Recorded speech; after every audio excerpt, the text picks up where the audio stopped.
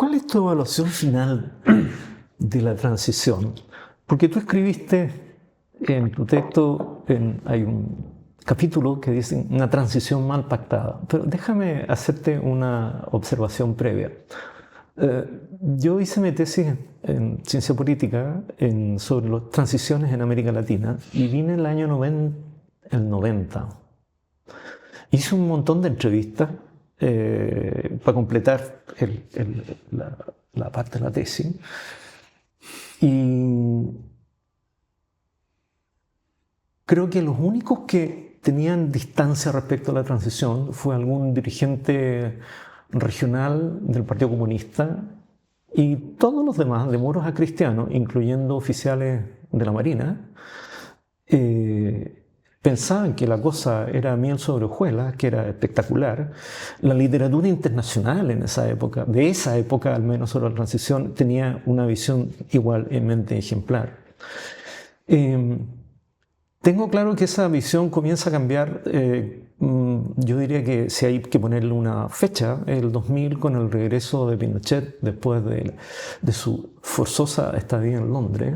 Y entonces comienzan a aparecer varios textos. Está el famoso texto de Moulian, Anatomía de un mito, pero también Hay cosas anteriores, Sí. 97, 98, el debate al interior de la concertación. Sí, pero por ahí por el 2000, después de la vuelta de Pinochet, aparecen textos de Camilo Escalona y de Saldívar, que son bastante críticos.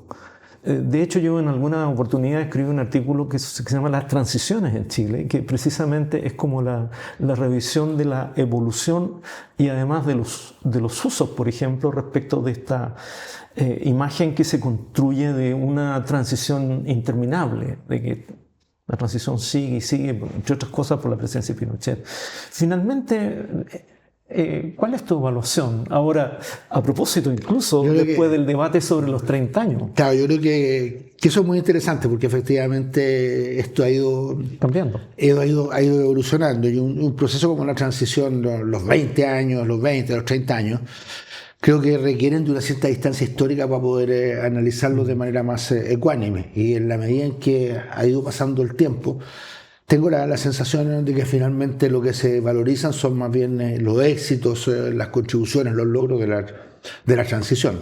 Creo que este es un periodo que en la historia, tú eres historiador y lo puedes decir mejor que yo, que probablemente sea el mejor periodo de la historia de Chile. No hay otra coalición más exitosa que haya gobernado durante 20 años, que le haya dado progreso sistemático al país. Creo que esa es la imagen con estabilidad, además. Con estabilidad, de manera pacífica, sobre la base de acuerdos. Ahora, creo que esa es la imagen principal. Ahora, dicho eso, yo creo que también yo tengo una observación también crítica, en el sentido de que nos faltó capacidad para rectificar allí cuando las cosas comenzaron a complicarse, cuando comenzamos a perder fuerzas. Creo que el paso desde la problemática de la democracia a la problemática del desarrollo fue un paso complicado. Teníamos mucho acuerdo en el sentido de cómo transitar a la democracia, teníamos menos acuerdo de cómo avanzar hacia el desarrollo, y eso fue lo que terminó finalmente restándole capacidad de transformación a la concertación, porque como que se fue estableciendo un sistema, yo lo llamo el sistema de los vetos cruzados. Nosotros decíamos algo, entonces al frente decían, mira, la verdad es que no, entonces mejor no lo toquemos, y viceversa, con lo cual el mínimo común denominador, que era muy grande en los temas de la transición, era bastante menor en los temas del desarrollo. Y creo que esa transición desde la temática de la democracia a la temática del desarrollo se hizo con mayores dificultades, pero con mayores dificultades.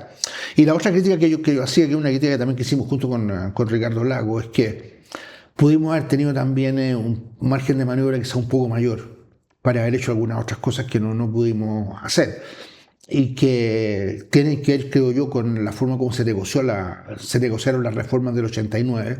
A mí me parece que hubo una que era completamente inaceptable, que no debíamos haberla aceptado, que era el haber quedado en minoría finalmente en el Parlamento.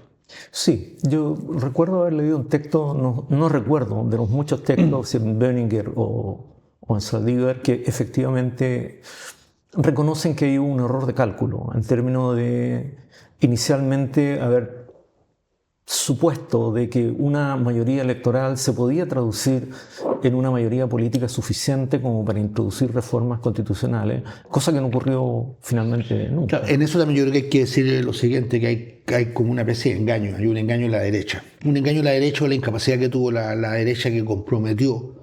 Ellos nos dijeron en la discusión, mira, no tensionen más esto, en la negociación sobre la reforma constitucional del 89, no tensionen esto porque finalmente esto lo vamos a resolver el primer año. El primer año solo va a poner los votos y Renovación Nacional va a ser parte también de un acuerdo constitucional para terminar con los senadores designados y poder avanzar en esa dirección.